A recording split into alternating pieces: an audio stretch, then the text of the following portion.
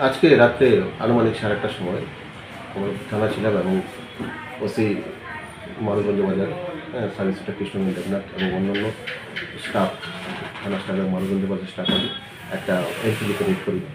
তো এন্ট্রি লিখে রেডে একজনকে আমরা আটক করি, সেটা টমটম ছিল, এবং টোটাল 290 বোতল ফরেন লিকার আটক করা হয় এবং মদ যে বিক্রেতা ওনাকে আমরা অ্যারেস্ট করি এবং অ্যাকর্ডিংলি আমরা সেই বিলাতি মদকে সিজ করি।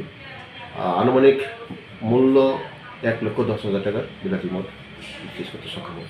এবং তাছাড়া আজকে দুপুরবেলাও আড়ালিয়া বাজারে আমরা আরেকটা মদের এন্ট্রি লিকার করি, ওইখানে প্রায় 150 লিটার বাংলা মদ এবং 5 জনকে গ্রেপ্তার করি।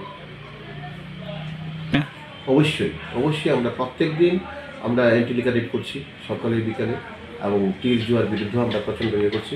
আস্তে আস্তে অনেকটা মোটামুটি রিকভারি হচ্ছে, এলাকা অনেকটা ঠিক হচ্ছে, এবং যদি আমরা প্রত্যেক দিন আমরা জোরদার করছি, আরও করা হবে। এবং আমাদের অথরিটিও আমাদের পাশে আছে এবং অথরিটি খুব ইনস্ট্রাকশন দিচ্ছে, সে সঙ্গে কাজও করছে।